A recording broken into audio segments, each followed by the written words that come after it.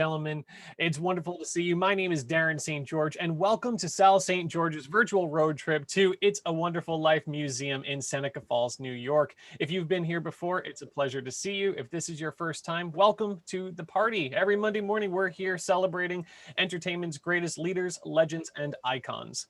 Now, in order to best enjoy today's program, we do ask that you maintain your camera off and your microphone on mute. If you have any questions for Sal or at any time during today's program, if something strikes you, if you're on Facebook or Zoom, just send it in the chat. We'll be keeping track of everything. Next Monday, Sal is talking about the making of Miracle on 34th Street, another holiday favorite of the family, and you can sign up at salstgeorge.com. But now, without further ado, let's take it away to the man of the hour. Sal, Dad, are you there? There we go. Good morning, everybody, and welcome to the party. We are so excited about today, and let's get right into it, Darren. Let's take everybody. You know what? Go ahead. Yeah, Dad, before we do have one thing that I would like to do. I know this is your favorite movie of all time. This is one of the museums you've been looking forward to from the beginning, but we do have to pause for 1 second. If you wouldn't mind, is Mom there? Could you just call her into the room just before we get started? Yeah. I don't think so. What can I do for you? Well, if you could, just go ahead. Just go call out to Mom. She should be right there to help you. We just have something for you. A bit of a surprise before we begin today's program. Okay.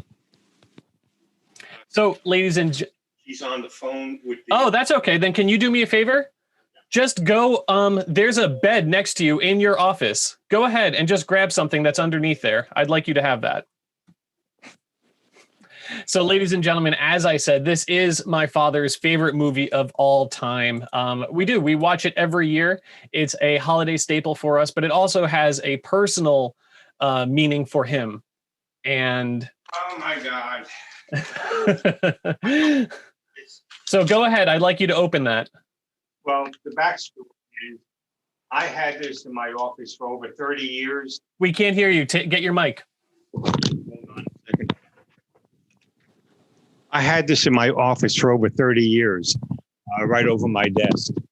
And as many of you might know, we had a massive house fire 2 years ago. The house is still being rebuilt. We're not in there. But I lost all my It's a Wonderful Life memorabilia. I had every book written about It's a Wonderful Life. I had every kind of, everything. But my prized possession was given to me as a gift. And I think this might be it.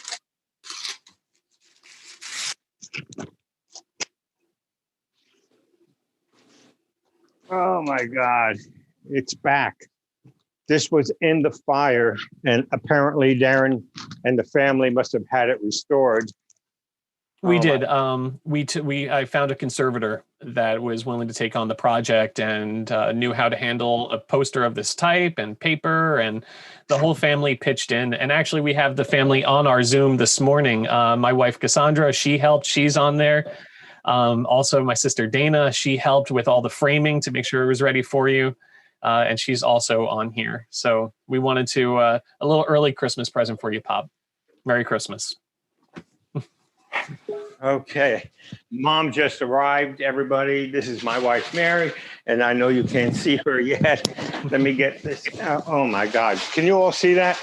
This is an original poster. It was given to me. It's a long story. I won't bore you with it. But one of my clients knew this was my favorite movie of all time.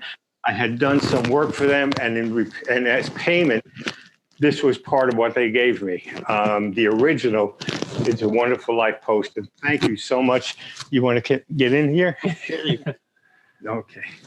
All right, Pop. Well, I'll help you mount that. I'll come over and we can put that back up on your wall where it belongs. So Okay. Let's get started. This morning, we are thrilled to have with us from the It's a Wonderful Life Museum. We have Derica, Henry, and Onwe from the museum. So why don't the three of you hop on, come say hello, and let's get started. Thank you, everybody. Here we go. Hi there. Well, come on, you guys. There we go. I'm sorry I held everybody up. That was a really great surprise. Thank you, family. I truly appreciate it.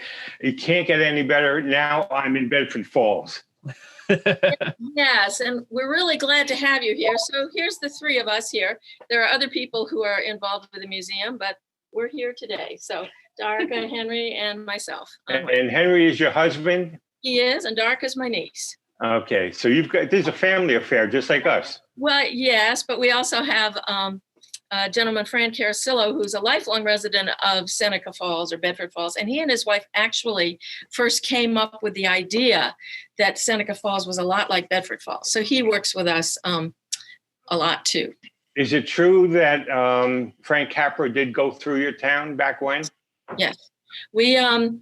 We've pinpointed it at sometime mid-November 1945. He had been in New York City promoting It's a Wonderful Life, and he came to Seneca Falls, apparently had an aunt down the road in Auburn, and he got his hair cut at Tom Bellissima's barber shop, which let's see if you can see that. Wow. That's the original sign that would have been there when Frank Capra got his hair cut. So you're saying he came after he made the movie? No, while he's working on the script. Oh, okay, got it. On the script, he comes through Seneca Falls and gets his hair cut. There's also one writer who interviewed Tom Bellissima. There's a few of them, but one says that actually Capra came back a few times.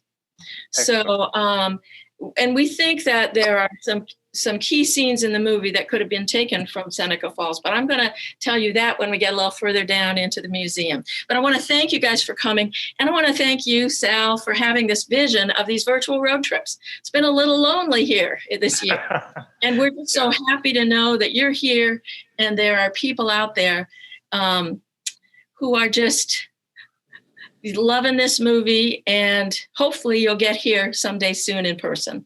Well, I'll tell you right now, we have over 300 people logged in, and the buzzer keeps going off. They keep coming in every second. So I'm sure we're going to top that off considerably by the end of the program. Great.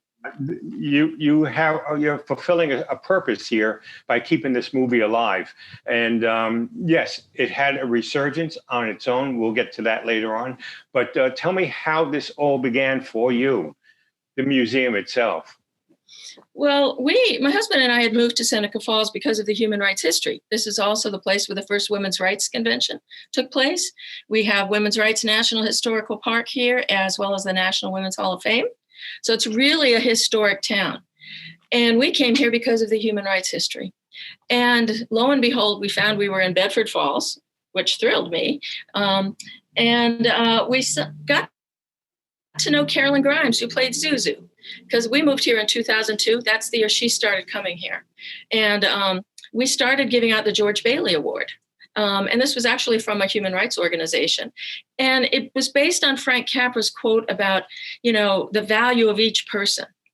That's the message of human rights. It's the message of women's rights. It's the message of It's a Wonderful Life, that everybody has equal importance. So we got together with Carolyn Grimes and we said, people, we have a festival every year, second weekend in December, but not everyone can come here at that time. So we got together with her in 2010 and we said, why don't we make a museum? And we started with some items from her collection, one display case and a row of quotes from Frank Capra, inspiring quotes from Frank Capra, and photographs from the movie, and then the story of Antonio Veracali, which is connected to our bridge that I'll tell you in a little bit. Okay. But I want to mention to you, if you see, there's a photo behind me up on the wall there. Do we move in closer on it? I'm going to get in closer. There you go. Get in. That's it. Thank you. The building we are in was the first movie theater in Seneca Falls. And that's a picture of it. It was built in 1913 by Charles Fornaci, who was the first Italian to permanently settle here. So we think it's a really appropriate place for a museum dedicated to Frank Capra's favorite movie. Beautiful. Yeah. And that's where you're located right now? That's where we're located, and we will continue to be. We have plans. It's a magnificent building. We have pictures of it under construction. We've recently gotten from Charles Fornaci's grandson. And you can see the magnificence. The theater held 467 people. So it goes way back. It's been subdivided. There are apartments. But our plan is to gut the building, just keeping what's original, and then create a wonderful space where we can recreate sets from the movie and do a lot more interpretation. So the theater is gone? The actual theater. Well, the insides are gone. The outside is here. No, I mean the seating. That's all gone. That's been gone it stopped being used as a theater in 1939. Okay. So it's been gone for a while and been used for different things. Well, we visited the Red Skelton Museum. Hi, the person you're about to speak with has call captions turned on. They'll see captions of what you say to help them listen along. Excuse me, somebody's trying to call in so they can follow along. So we're just getting that update. Go right ahead, as you were. But the Red Skelton Museum is very similar to what you have. And now, if you visit it, they do have what you're envisioning for the future. I should pair you to tell you they did it, because they expanded, they built a theater, they built a huge viewing area that it's really remarkable. But let's see some of your museum. Let's take a little bit of a walkthrough. All right, so we're going to start here. We have the mural. We have this great mural of Jimmy Stewart on the street. And one of the things I want to point out to you is, she'll pan down to, you'll see things in this museum that look a lot like the original thing in the movie, but they're not. Fans have found things just like things in the movie, and they send them to us. So you will see things. Here's a cigar lighter, the suitcase. Oh, nice. But it's not the original. But if we had the original, it would be under glass, and you couldn't, hot dog, wish I had $1 million. This one you can do that with. Wow. Can we pause there for a second? Because I've been receiving emails from people leading up to today's event with questions about the movie, and that's one of them. They wanted to know about that piece and why it meant good luck, if we know anything else about it. I don't. I might be able to answer that. I think when you press on the lever, if the lighter went on, then you're going to get your wish. Okay. If you did it, you wouldn't get your wish. Yeah. And was that common to just have a lighter like that in stores, or? Oh, cigar stores mainly. Cigar stores. Okay. Yeah. All right. So at any rate, you'll see a lot of things, and we have to thank all the fans. There are people really out there scouring for things just like in the movie, because there are only 4 things that we know of, 4 props left from the movie. George's car, Ernie's taxi, and 2 pairs of Violet's earrings, which we have over here, which we'll show you. And where are the cars? They're in private ownership in Colorado and Pennsylvania. Okay. But everything else is, is something fans sent us. Because in those days, they just went on to the next movie pretty much. There's no eBay and all that kind of thing. No. So, but we hope that with the establishment of this museum, maybe some other things will turn up. You never know. Absolutely. But even if they don't, we have the spirit, thanks to all our fans. So I'm just going to show you here. This is a proclamation from Governor Mario Cuomo to Frank Capra on the occasion of the 100th anniversary of the Statue of Liberty. And this was a gift to our museum from Tom Capra, Frank Capra's son. And this is Frank Capra's granddaughter, Monica, Tom's daughter, presenting this to us. And part of the citation says, Lady Liberty continues to link Americans to a past that takes us beyond our boundaries to every corner of the globe. As one of our national treasures, Frank Capra's contribution to the art of filmmaking has united audiences through the common experiences which we share as human beings. So we are so happy that we have this proclamation. Very nice. Very, very nice. So, Capra was long gone before you built this. yes. Yep. But his words inspired it. We actually got interested because of his words. And so when we started this museum, it just had this row of quotes by Capra, and as I said, some items from Carolyn Grimes' collection. But we wanted these quotes of Capra's to be the foundation for this museum, because they're so wonderful and they're so relevant, probably more relevant today than ever. Can we close in on one of those that we could read it? Yeah, I If we like get this real one. close. There we go. Down here. There we are. When I see a crowd, I see a collection of free individuals, each a unique person, each a king or queen, each a story that would fill a book, each an island of human dignity. And that's from his autobiography. Everybody has a story. That's what he's saying. Yep. Very nice. So And that's a good book, by the way. The book, if you haven't read it, it's a really definitive book on his vision on how he put his movies together. yeah. So I'm going to take you over here now into this case we have. So there's a collector outside of Chicago named Richard Goodson, who has probably the largest collection of It's Wonderful Life memorabilia, documents, letters, correspondence, photographs in the world. So he's been shared a lot with us. So you can see this is the original program when the movie premiered at the Globe Theater in New York City. It was a special benefit for the Boys Club of New York. And so we've actually reproduced this. It's one of the things we sell in our gift shop. You can see there's autographs of 10 actors from the film. I'm not sure anywhere else has that many of the actors, or these particular actors, certainly in one place. You know, you've got Donna Reed and Beulah Bondi and Jimmy Stewart and Lionel Barrymore, and we're not quite sure where it came from, but Rich has this in his collection, and it's here now. And then here are the earrings that Violet wore in It's a Wonderful Life. So those are two of the only remaining props that we know of. Wow. Excellent. And then if you go down here, you'll see these are call sheets. And call sheets tell you when different scenes were filmed. And we'll show you later, our new calendar has a lot of information from these call sheets. We've gone through them all. So you can learn what days your favorite scene was filmed. But you notice all these doodles on here, right? So Yep. these doodles were by Jack Oakey, the art director. So these are also from Rich Goodson's collection, and we love these. And we've used a lot of these doodles in our calendar. And also there's one there that we use them in as part of our logo now. Now, what was his job on the? He was the art director. Okay. Yeah. Those are really beautiful call sheets. Normally that they're just a Word document with times and names. Yeah. That's Yeah. really pretty. Yeah, it's amazing. And these are his sketchbooks, some sketchbooks from, I think, when he was in Paris. Wow. And then I'm going to introduce you to this man here, George Zermano.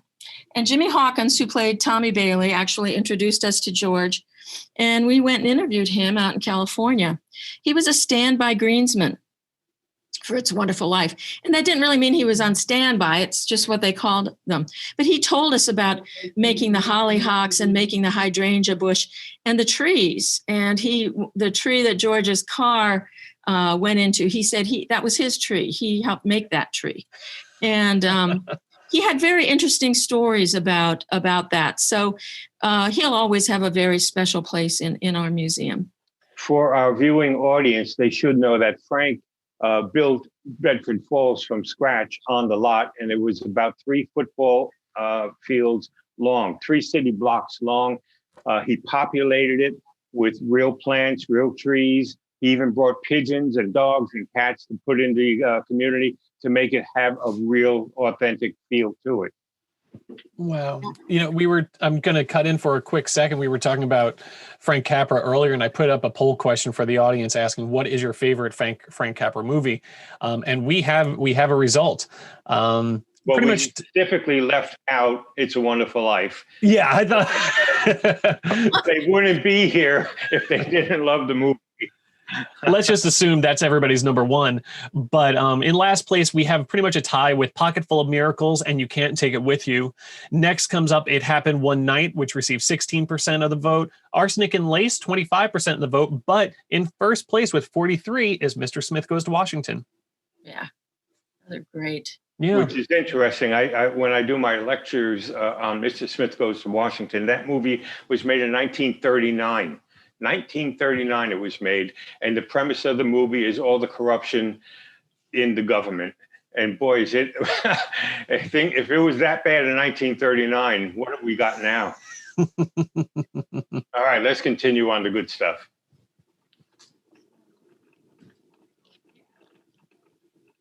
Who's on camera today? Who's carrying us around?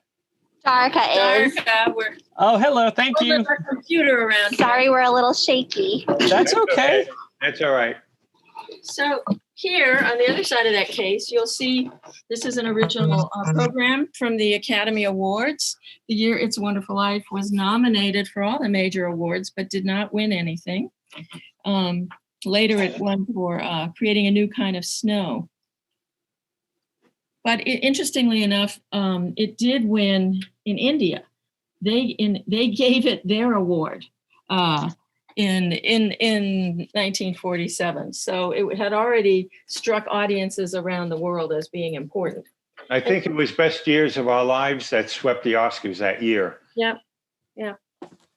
So, and here they had Capra had a preview dinner on December 9th at the Ambassador Hotel in Los Angeles, and there's a picture of him with Donna Reed there. So for our festival, we recreate that dinner. We use the same menu, including a Los Angeles salad that took some doing to figure that one out. And we celebrate Frank Capra's legacy on that dinner, which is always the first Friday night of our festival. And Monica Capra Hodges, his granddaughter, is our MC. But you can see there's a matchbook from that dinner. Wow. What is a Los Angeles salad? Well, we got this from a friend of ours at USC, and it's got all kinds of things. It's hearts of romaine, strawberries. It's got fruit and vegetables, avocado, all kinds of things in it, and it really tastes good. They ate it after the main course, and so we reproduce all of that. So in years past, you had these great festivals where you would have this type of dinner. How has things changed with the pandemic? Well, we obviously can't have anybody here, but we are having a virtual festival this coming weekend, and you can watch excerpts from that particular dinner in past years and get an idea of what it was like, maybe feel a little like you're there. We also do a final scene dinner where everyone sings Old Lang Syne, and, it might just make you feel like singing along. And so we do have a virtual festival, and we've tried to make it really full of interesting presentations, new things. We have different things from the actors that people haven't seen before, the actors connected with the film who are involved with our museum. Carolyn Grimes, who played Zuzu, Carol Coombs, who played Janie, Jimmy Hawkins, who played Tommy, and Janine Roos, who played Young Violet. And also Virginia Patton Moss, who played Ruth Dakin Bailey, if you don't mind. And anyway, and so we have also Donna Reed's daughter, Mary Owen, is involved, and we will be showing episodes of the Donna Reed show. Donna Reed really fits in Seneca Falls because she worked to get better roles for women in movies and TV. And so we're showing some episodes of the Donna Reed show. And Mary Owen, her daughter, introduces one of those. Have you made any attempt to contact Drew Barrymore? Not yet. That's on our list for the 75th anniversary. Yeah. Because we really feel that we would like to, for the 75th, we have to have a special tribute to Lionel Barrymore. Absolutely. He was like the statesman on the elderly statesman on the set, and reassured people. And Jimmy Hawkins talks about riding on the side of his wheelchair around the set. And so we have hopes and plans to really do something great for Lionel Barrymore. So hopefully she might want to be involved. Anway, I just want to say we have in the chat, I know you can't see it, you're walking around, but so many people are talking about how they were planning on coming to the festival or they've attended in years past and how wonderful of an experience is. And they're already asking for the link so that they can sign up for the virtual festival this year. And someone in particular said that one of the best parts is the meal that you were talking about. It's wonderful. It is a great meal. It's really good. And we also have a vegetarian and a vegan option, but parts of it, can be had by everyone. It is great. You feel like you're going back in time, and it's just a wonderful get together of people. And to have these actors who were in the movie there is quite something, and to hear their recollections. They're all doing well and are just such an important part of this museum. Great. Thank you. So let me just take you here. So there is a telegram here from Joan Crawford to Donna Reed. This is courtesy of Mary Owen, Donna Reed's daughter. And so she says, thank you for a beautiful and refreshing performance in 'Tis a Wonderful Life. Just saw it last night, Joan Crawford. Wow. Western Union, the original Twitter. Yeah, that's right. And then we have some things, it's ivory snowflakes, because some of the snow was made, you see in some scenes, like when George and Clarence are in the water, it's very soupy, and that's because they used ivory snowflakes for that portion. So we have some old ivory snowflakes. But then we also have a little tribute here to Philip Van Dorn Stern, who wrote the original story, The Greatest Gift. He called it the story that nobody wanted. And, that's such an amazing thing when you look at where this story has gone. And certainly it needed Frank Capra's magic touch. But there's a copy of a letter from Frank Capra to Philip Van Dorn Stern. And he says at the end, I thank you for sending it, and I love you for creating it. And during the festival, we have original copies. The original story, he couldn't get it published, so he made it into a Christmas card. So there's one fan who has an original copy, and we put it on display during the festival. But that's one of the books when it finally did get published. Okay, so we'll go with this one.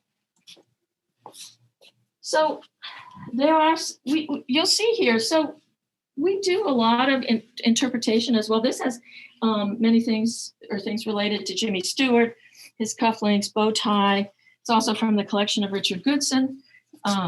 Things from the hardware store in Indiana, Pennsylvania, his father's hardware store. And then we also, we have exhibits that use a lot of quotes. We use a lot of quotes here. And you'll see the Jack Oakey doodles on our exhibits, Have you any affiliation or contact with the Jimmy Stewart Museum? Yeah, we do. For the 70th anniversary, they sent some items for us to have on display here. So, but I'm going to show you here something else. There's an exhibit on A.P. Giannini, who was the founder of the Bank of Italy, which is now the Bank of America. And he is said to be the model for George Bailey. And it's really because he would give people loans, like during the San Francisco earthquake, based on their character and a handshake, and so many things. So that's what we've heard. And I'm convinced because there's a quote from Giannini on the top here. And he says, you can't afford to sit back and wait for talent to come to you. You have to be constantly on the lookout for it and then go out and lasso it. Well, what are the chances of him saying lasso it? And then now we all know lasso the moon. So anyway, so we pay tribute to him. And there's also the Run on the Bank is featured in an exhibit at the Museum of American Finance on Wall Street in New York City. Quite a sizable screen there for that. So when you were talking about Jimmy Stewart, I put up a poll asking about which is your favorite Jimmy Stewart movie. And I did leave It's a Wonderful Life on this list. Yeah. Naturally, overwhelming results. That takes number one. But we do have the other list. In last place, The Man Who Shot Liberty Valance, which is one of my favorites. Philadelphia Story comes next. Moving up the list are the Hitchcock films. I lumped them together. And there's a lot of talk in there about Rear Window and how wonderful that is. Vertigo. Mr. Smith Comes to Washington comes in second to last place. Hitchcock was the first. But we also have mentions of Harvey, a forgotten Jimmy Stewart movie. And I heard a rumbling that they're going to remake that, or they did remake that. I couldn't imagine. Just out of curiosity, what is your, there was a great book that came out about 3 years ago about Jimmy Stewart coming out of the war and his reluctance to get back into show business because of the atrocities he had witnessed in the war. Do you know anything about that? Well, I think that, yes, I mean, I think that he wasn't sure. And we have a quote from him up there asking Lionel Barrymore, Lionel, he was uncertain through the whole making of It's a Wonderful Life. And Lionel Barrymore really helped him out. And he just wondered, is this what I should be doing? And one of the things we say is that, Frank Capra and Jimmy Stewart both came out of the war with a great sense of loneliness and a fear of failure. And I think that that's what made It's a Wonderful Life so great, because they had those feelings within themselves and those George Bailey feelings. And so I think it affected them. It affected everybody, of course. But I think we're going to have a section in our new expanded museum where we talk about that and how they were affected and how they had to dig so deep. But so often real creativity comes out of difficult times. And those times you're not sure you're really going to get through, but somehow you dig deep and look at what happens. Absolutely. So I'm going to twist you around here. And we talked about Ruth Dakin Bailey, Virginia Patton Moss. So she is the oldest surviving member of the cast. And she hasn't been here, but we have been to see her, and she is a wonderful person. And so we have this exhibit on her. This is her original contract, again, from the collection of Richard Goodson. There's an envelope here with fan mail, and you'll see it's Liberty Films as the return address on Gower Street. And there are pictures of her with her husband, Cruz Moss, who helped develop the Jeep Wagoneer. And so one of the things we do here is we don't keep people locked only into It's a Wonderful Life. We look at what happened to them after It's a Wonderful Life. And so in her case, we also have a sculpture down there of an armadillo that she made. And she sent that along for us. And she got her neighbors Tinker Toys to make the designs on that armadillo. But she also had some really good memories and was very good friends with Frank Capra and his wife. So explain her character in the movie. She's Harry Bailey's wife, Ruth Dakin Bailey. You see the picture there? She's got and she has stories about how she was wearing white gloves and then they wanted her to eat popcorn. And here she is going, what am I going to do now? And she just dipped that white gloved hand and dipped it into the popcorn and went away, didn't miss a beat. So, yeah. And she also told a story, and it also shows how fans respond. She talked about how the set was so detailed that they even had antimacassars on the furniture. And I didn't know what that was. I think people do know who are maybe a little older than me. And, it was this crochet doilies and things that they would put to protect furniture because the men would wear something called macassar oil on their hair, and the oil from that would ruin the furniture. So they would put these antimacassars on there. And I was saying that to a visitor who came through, and she said, I have one from my grandmother. I'll send it to you. And lo and behold, she sent us 17. And it's incredible. They're all different designs. They're beautifully crocheted.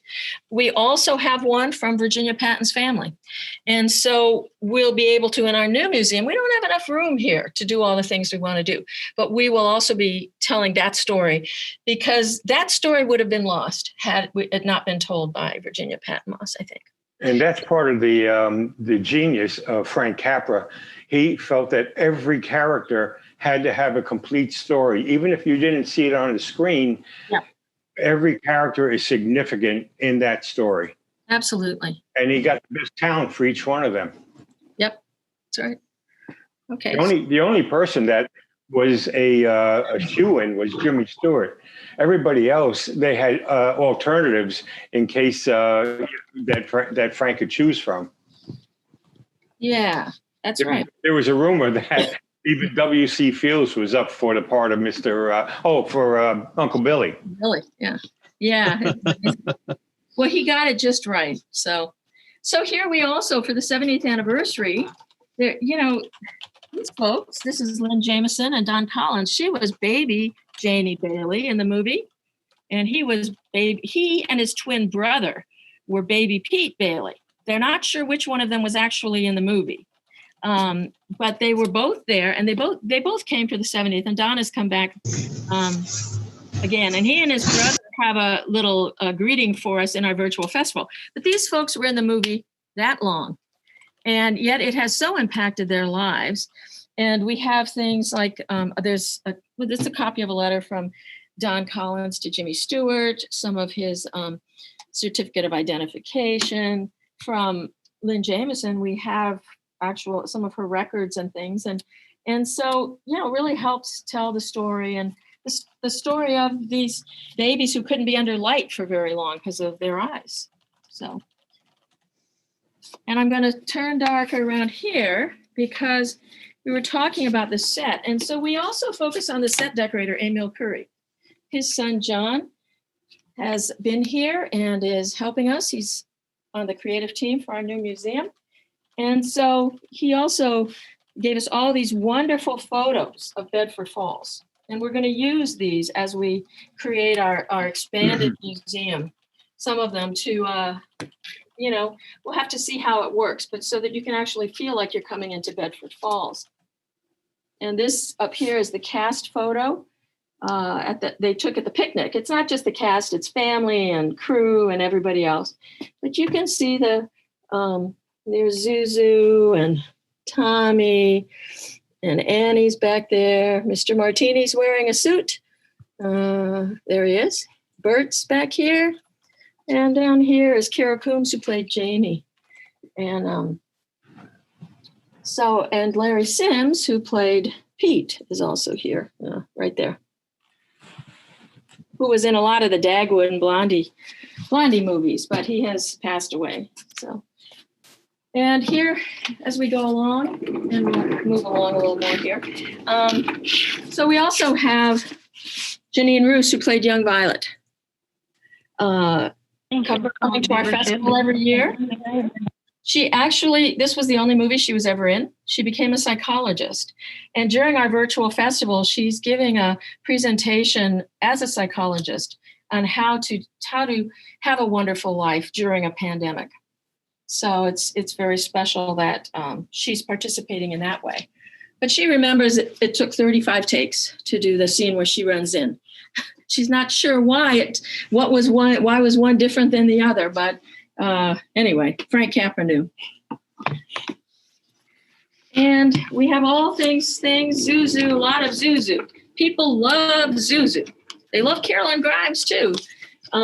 She's really an ambassador for this film, but they love Zuzu. And we have even cookies that people made and shellacked for Zuzu. And she keeps these things or sends them for us to display. And at the very bottom, you'll see an accordion, just very much like the one Bert has in the final scene, that a fan, Ron Owens, found for us. He played it at one of our dinners. But he went to, it's not the trouble. He just he just wanted to find something just like as close as you could get to what Bert had. So we would have it in the museum. Are those Zuzu ginger snaps in there? Yeah, the can. Do we see that again? Yeah. That's where Zuzu got her name.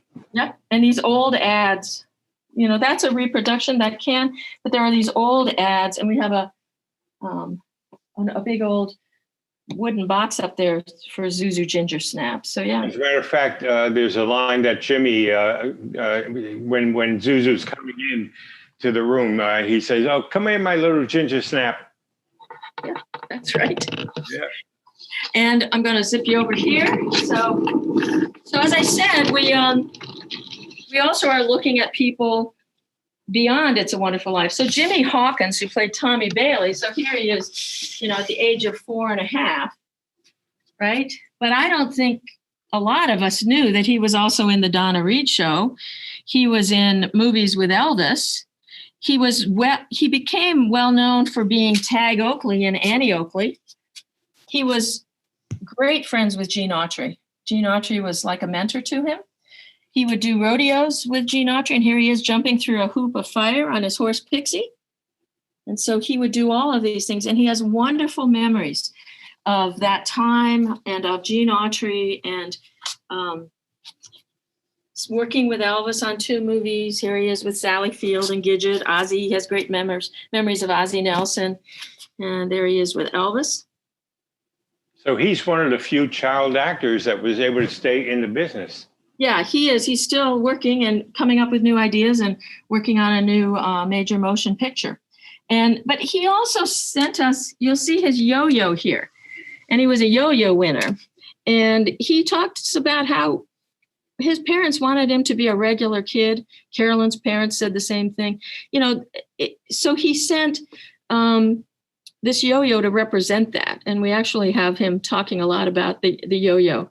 And he was chewing gum in that movie. And he said it was double bubble. And it was, that he chewed that gum in real life. So they just let him do it in the movie. So, and he's been a member of the Academy of Motion Picture Arts and Sciences since 1961. So that's one of his cards. And he also, if you want to just do, he also sent us this very special, he did a USO trip. And so these are his fatigues and his guitar that he took to Vietnam. And we even have, I don't think I have them in it. We even have United luggage tags. I'd love to get United involved. He was flying on United 50-something years ago. We take them out sometimes to keep them out of the light. But at any rate, so this is his guitar that he used and all kinds of things. So it's pretty special to have that. And it means a lot to him.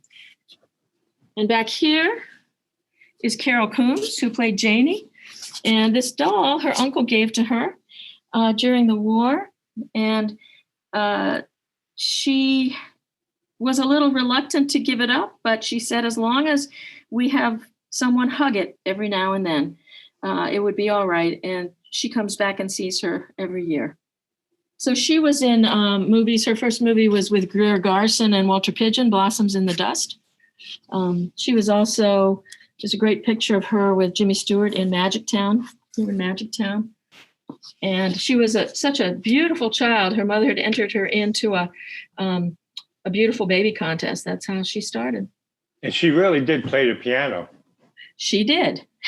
She now plays the ukulele. So she says she's better on the ukulele than on the piano. But I remember reading, and you can confirm it or not, but she said that she did get frightened by Jimmy Stewart during that scene. Yeah, but she did say that, and it was a little scary.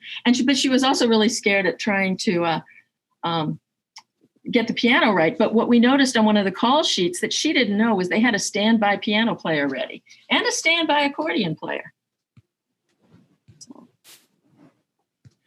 Okay, so we're gonna.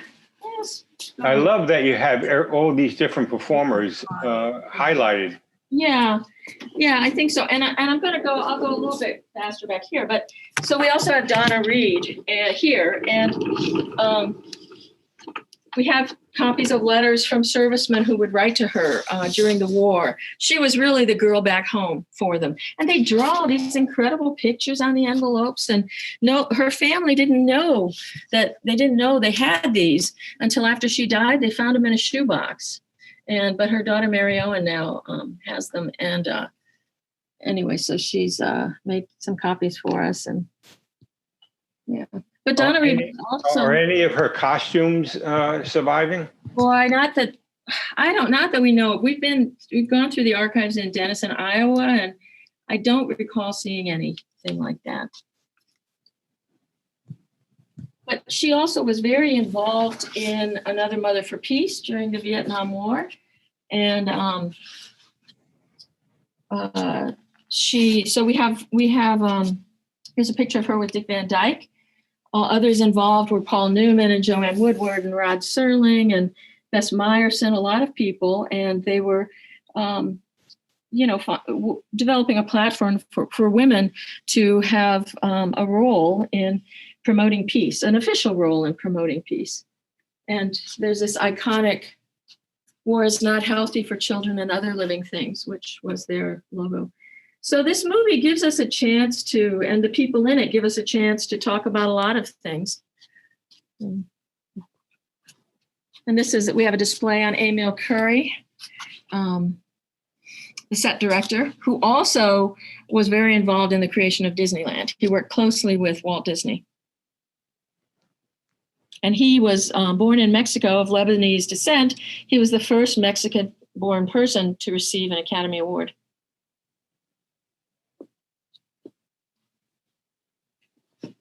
So we also, you can see this museum's pretty makeshift. These cases, part of the problem is the lighting. As you get back here, these are old cases. We can't get lighting to fix, to work anymore, and we can't get lighting to fit it.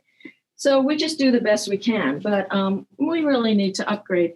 But here we have a little bit on Lionel Barrymore, and, and Capra talked about, he really only worked a couple of weeks on on Wonderful Life and was in only 5 or 6 scenes, but his forcefulness dominated the picture.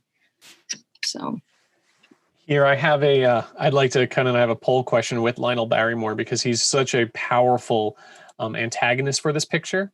Mm-hmm. I'm curious how he stands up to other villains from other pictures, and who is your favorite cinema villain? And I've given you 4 choices. You have Mr. Henry F. Potter, of course, Nurse Ratched, Hannibal Lecter, and Darth Vader. And I mean, it's just a bit of fun, but I'm really surprised watching the numbers. It seems like a really fair fight. Everyone their numbers are just progressing up consistently. Yeah, very few votes. Can you see it on your end now? If you look at the screen, you might see the pop-up. Wow. But very few votes differentiating first from last place. Wow, interesting. I wouldn't have expected it. I thought it was just fun for Potter. But let's see. We have in last place Nurse Ratched with 13%. Hannibal Lecter and Darth Vader comes in next. Hannibal Lecter in second, and Potter is our favorite villain. Naturally, he may have a slight bias with today's audience. I think so. Anyway, but we have things on a lot of different people, like you were saying earlier, that everybody was important in this movie. And so, we have, of course, but he had such a great cast. One of the things we talk about is you had people here that were in medicine shows and vaudeville, like Harry Holman, and they take us through this whole continuum of entertainment up through Jimmy Hawkins being in movies with Elvis, producing a Motown special, and working on a movie today. So you've got a great way to really look at all these great actors, and every one of them was important, and everyone was perfect in their role. We have a question from one of our visitors. Oh, go ahead. Thank you. I think this is pretty poignant. Stephen is curious, why do you think Potter does not receive his comeuppance at the end of the film? Well, Frank Capra said that. There's actually a quote up front. I think they filmed 3 possible endings. And Capra just decided that they were just going to leave Potter to the higher ups and not, just not deal with him. And I think when you think about Potter's field, this is my thought, it's that person that you don't remember. And isn't that the worst punishment someone can have, is not to be remembered by anybody and not to be cared about? And so he kind of, I think, kept him irrelevant to us. And had you had an ending, that would have been different. And there wouldn't be that question about why didn't he do this. But there is a good quote up front that in Capra's word where he talks about, he says, we're just going to leave that old so-and-so to the people who, make the judgments, and he said it better than me. But I think it was deliberate. It was deliberate. Thank you. I think one of the endings they filmed was Potter goes to his house with the money in the envelope, and he's at the door with his goon, and they hear all the singing and the joy and the people, and he just turns away with his tail between his legs, realizing he gotten beat by George Bailey. I like the original ending best. Yeah. I don't know. Do you have anything in there about Lionel Barrymore and his artwork? Yeah, well, we have a book that he wrote, and we've been planning to get some of the artwork and do something on that. But again, we just don't have enough space, and it's something that's lacking here. Several years ago, I was doing my "It's a Wonderful Life" lecture, and afterwards, a woman. This was in New Jersey, and a woman approached me. And she said, we've had this in our family for more years than I can remember. She said, nobody in my family cares, but I think you would appreciate it. And she gave me a package, and I hope I can get this there, but it's an original, it's wonderful. I mean, Lionel Barrymore pen and ink drawing. On it, it says Asbury Park. I guess that's why it was from New Jersey. He had spent some time there, but I just thought I'd share that with you. Yeah. Yeah, we need to do a lot more on Lionel Barrymore, and we'll work on that for. He has a great story, and yeah, I would love to help you with that if you ever need help on it. Wonderful. I would love to help you with Lionel Barrymore. Yep, that'd be great.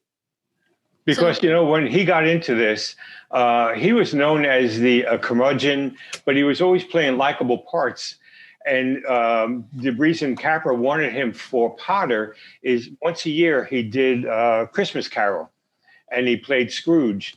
And he said he felt from that performance on the radio, it could be transferred onto the screen. And that's how he ended up getting John Barrymore, from what I've read. Wow. Okay. So you see here, we also have posters. These are from Carolyn Grimes of the movie posters from different countries. And we get people in here from all over the world who love this movie. Are those originals? Yeah. Wow, that's beautiful. Oh, wow. And that's the vertical version of yours signed. Yeah. Wow. And we do have some things on Henry Travers. We're going to expand that also. A local artist did this painting of him, of Clarence. Let me just...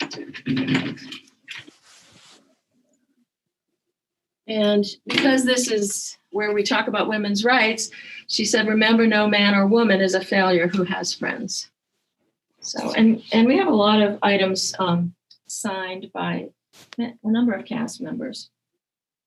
What's kind of interesting is the character actors from this movie, these became their signature roles. Yeah, you're right, yeah. And if you look over there, you've got posters of Carolyn Grimes' career and a lot of memorabilia from her career. She has great memories of Cary Grant and Bing Crosby and John Wayne, who set off fireworks when they were filming Rio Grande for her birthday. Her parents taught her that movie stars were just regular people. And her career was cut short because her parents died within a year of each other, and she was sent off to the Midwest and didn't see It's a Wonderful Life till she was 40 years old. I have a question for you about Carolyn playing Zuzu. Frank was known for pulling surprises on his actors. And at the end, one of the neighbors comes in and gives a watch to Zuzu. Yeah. Was that in the script, or was it planned, or was that a surprise that Frank said, let's give her a watch and see their reaction? Well, we can ask her that, but I think it was planned. Come on over here, and I think it was planned. I think that was planned. But what she does say is that they didn't teach her the words to Auld Lang Syne. And so she sits there whenever she watches it. She sits there and it's just like, why didn't they teach me the words? Because she's just kind of mouthing it. But Jimmy Stewart's laughing, and he's kind of just, faking it too, I think. So that is a big memory of the final scene. This is also, let me just show you. I know we're probably running out of time. This is her portfolio that she took to try out for different roles, including when she went to see Frank Capra. So that was one of the early things she said here. And we think it's so important to have that here. There's your bell. Yeah. Wow. And we're just about done here. I'm just going to show you a couple of these latest things. We've Harry Holman was the Mr. Partridge, and he's the person who was in medicine shows and vaudeville. And these are called monologue wallets. And so, they had the monologue, and he'd carry them in his pocket and stuff. So he died shortly after It's a Wonderful Life was made, like within that year. But again, this is something collected by Richard Goodson. And this year we've been focusing on Lillian Randolph. In our virtual festival, the National Women's Hall of Fame will give her a plaque. It's there in honor of, or as part of the Book of Lives and Legacies. And because she was a veteran of radio and television, we just, maybe just think of her as Annie, but she was also a gospel singer. And there's a beautiful version of her singing Were You There? And we play that after they do the presentation to her posthumously with that plaque. So I think we've taken you around pretty well here. There's more, but I mean, No, this is wonderful. And there are so many comments. We have guests who have been to the museum before, and they're mentioning how much more information there is now than before. The museum just seems to keep growing, and everybody wants to go back. They're putting it on our 2021 calendar and are asking for a bus so that we can take a trip up there, Pop. Well, we can do that. Once all this over. Maybe we'll do that. That sounds great. Yeah. Yeah, we've got people all over the country now, so it's going to be a big bus. That's great. Can you tell us a little bit about the bridge in your town? Yes. I'm sorry. Yeah, we kind of went around the other way, and this is crucial. I was waiting to get to this point, but so we have a bridge, steel truss bridge, that looks a lot like the bridge in the movie. When people come to town and go to the bridge before they come here, they just feel that was the bridge. But what we do know is that there's a plaque on our bridge for Antonio Veracali. And in 1917, a woman jumped from the bridge, and he went in to save her, and he wound up drowning. She was saved, but the community came together, and they got him a Carnegie Heroes Medal. They raised money, the Elks Club and others, to bring his mother and sisters from Italy. He had come over with his father, and they put this plaque on the bridge in 1921. We think it's likely that Frank Capra saw this plaque. This young man was born the same year that Frank Capra was, 1897. And if you look at this plaque, Antonio Veracali gave his life to save another. And under here it says, he honored the community honors him. When you look at the scripts pre-Capra, they pretty much end with a good George and a bad George fighting on the bridge. And one of them, there's the good George, or the bad George kills, or the good George kills the bad George. But so the ending of the movie is nothing like what we know and love now. But when you read this, he honored the community honors him. Sounds a lot like the final scene of the movie. Yeah. And also in the pre-Capra scripts, there was no one ever jumped from the bridge, and no one ever went in to save anyone. So we think he could have been inspired by that. But the other thing we always say when we talk about Bedford Falls and Seneca Falls, because Capra himself, we don't have any documentation of him saying that, but we kind of think that Bedford Falls isn't just one place. Seneca Falls has a lot of feeling of Bedford Falls. You probably feel it here more than anywhere, but it's got to be every place. And that's the magic of Frank Capra. Everybody can relate. I have a little town in Veracali, Wisconsin. It's a little town where my grandparents were. Buster Brown shoe store, all that stuff. That's what I think about. But everybody has that town or that place that they remember. And so I think Bedford Falls is everywhere. One woman came in here and she said, well, Bedford Falls is in your heart. So we think that we have the feel for it. It's a great place to come and experience this movie and feel the spirit of this movie and the spirit of all the rest of the history. But it ultimately is in everybody's hearts. Absolutely. And what a perfect way to kick off the holiday season being with you. Thank you. We're so happy. This is a great opportunity for us. And, we hope that in the future we'll be able to expand this museum, as I said, so you can come in and sit at Gower's Drugstore. You can shop from display cases like Gower's Drugstore. We'll have a theater. We're going to have a newel post, so you can take that knob on or off, either in despair or exhilaration, wherever you are. We'll have one in the elevator too. Could we see your gift shop? I know it's right nearby. And I'm glad to hear about the drugstore, because that's a big point in the comment section. Everybody's asking, they want to be able to sit down and... That's what we're going to do. And we have the drugstore, we have the best set reference photos pretty much for. Yes. So that's very doable. And people are out there scouring for things that look just like it. We'll do the Bailey living room also. And so you can raise a cup of kindness for Old Lang Syne in the Bailey living room. And one other thing, we're going to recreate the scene where Potter puts George in that low chair. but we're going to use it as an interactive exhibit against bullying. Yeah, because that's what he was doing. And how many people have been put in a low chair? So we asked students and stuff, what would you do? And they said, well, I think I'd tell them I'm going to stand, or things like that. But that'll be an interactive space to really talk about how you stand up to Mr. Potter and bullying. Okay, so here's the gift shop.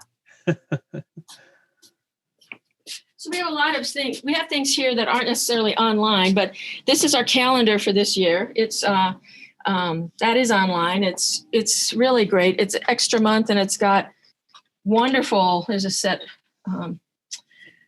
photo of the bridge along with a call sheet. It's got things about the preview dinner. This is the Seneca Falls section. All the actors who come here. So it's a mix, and it counts down Stefan's quintet. Frank Capra's Intimation of Heaven. We've been learning a bit more about that. So the calendar is a great thing. Our post office does a Bedford Falls station. Postmark every year. People can send their Christmas cards here and get it starting December 10th. And then we make these special covers that are different every year depending on what the cancellation is. So we have those. We've got magnets, shot glasses that say martinis on one side and Nick's on the other. we were going to do both, and we thought, well, we'll just do them on the same one. And we have these magnets and, the bridge and different things. We should do something about Sheldon Leonard. Yes, we should. And that's another one. His role is pretty interesting. He plays the nice Nick and the bad Nick. Yeah, that's right. That's right. Yeah. And then we carry Carolyn Grimes ornaments, and people don't have to come here for that. If you go to zuzu.net, you can order ornaments or her books from her, and she'll personalize them. So that's a really good thing to be able to do too. And she has different books and all kinds of things on her website. And that book that you have right there is a replica of the this one. Yeah, The Greatest Gift, and Yep. I recommend it to everybody. Mm-hmm. It's the original story that it was based on. Yep.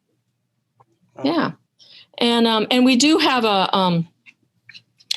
another online store we've just developed in association with Bonfire, and we're starting to make T-shirts and hats and onesies and dog sweaters. A lot of them have our logo or the scrolls from our logo that are the Jack Oakey design. We try to make things that are authentic, have a connection with the movie, and one of the T-shirts says, "It's a Wonderful Life" on the front, and on the back it says, let's bring them over here. This is what the back says. All you can take with you is that which you've given away. It's one of our favorite quotes. Excellent. And we also have handprints from those 4 actors who come here that are right below us. And with that, then I'll stop. We got them You have a little piece of Hollywood right there in Seneca Falls. Well, that's a wonderful way to put it. We appreciate that. Yeah. Yeah. So. Well done. Very well done. And we'll come back in a couple of years to see how you've expanded. Yeah, please do. And yep. I shouldn't sign. Come on, just come outside with me. Oh. Did you hear the bell ringing? Not angels get their wings here. And when you come here, you can have your picture taken. You know, you go like, now you're down to Bedford Falls. A lot of people do that. And so Well today done. you've been to Bedford, the real Bedford Falls, and we just are so appreciative of you, and just always love hearing from people who love this movie and gaining insight. Well, you know, a lot of the big museums have tons of money being poured into them to make these fancy exhibits and everything, but it's the little museums like yours that really need the help. And we have a great audience out here. I'm sure that people are going to go to your gift shop and start buying things to help support this beautiful museum. Yeah, this museum has a lot of heart. Yes, You know, it does. It's filled. We talk about it's filled with the spirit of people who've impacted our lives. Because everybody who comes in here, they tell stories, they talk about the movie, and so it's just much more than a museum. And we've also all learned how one life touches so many others. Absolutely. All right, Darren, take it away. Thank you so much. Yes, thank you. I mean, this really was a remarkable remarkable tour. So let's take a look here. We already have so many people in the comments that are talking about wanting to go to the gift shop and all the things that they're interested in. So thank you, Darica and Henry and Anway. It really phenomenal. So let's see the gift shop and the website. This is always one of my favorite parts. So let's take a look. The first thing we're going to be interested in is this weekend is their festival. It's a Wonderful Life Festival, December 11th, 12th, and 13th. You can sign up right here, wonderfullifemuseum.com. You can sign up for all of the events, and there are so many. Oh, my goodness. I mean, all day long, beginning at 10 a.m., they have programs to enjoy. So this really is fantastic. And I know someone in the comments already has signed up. So thank you for that. We have the website itself. You can go right here, and there's tons of information about the museum, everything that we just saw, about the town. We also have lots of products for sale. We have the calendar. I know, Dad, you're going to want a copy, so no peeking for Christmas. We may have to put this in your stocking. Okay. Well, the 2021 calendar, tons of things here. It's such a robust website. And we also do appreciate any donations you can make to the museum itself. I know Andrew already has contributed. Thank you, Andrew. So if anybody else feels moved by the spirit, we appreciate it. I'd also like to point out Bonfire, she mentioned, and this is really wild. So this is bonfire.com, and I just searched for It's a Wonderful Life Museum, and they have a It's a Wonderful Life onesie and a Lasso the Moon jersey, shirts, and this is all through Bonfire. So just bonfire.com and just search for It's a Wonderful Life Museum. You can follow Sal for more programs like this at Sal St. George on Facebook. We're also on YouTube. I know a lot of people were asking if you could watch this program again. Yes, of course you can. You can watch it right here. It'll be going up probably by tomorrow. We'll have the edited version. If that's too long and you want to go back, you can watch it on our video stream on Facebook. And next week we are talking about the Miracle on 34th Street, and you can sign up at salstgeorge.com right here. Miracle, the Making of Miracle on 34th Street. And Darren, we're also offering the making of It's a Wonderful Life next month. A couple of weeks. The lecture? Yeah. Yes, we have that coming up. You can follow Sal St.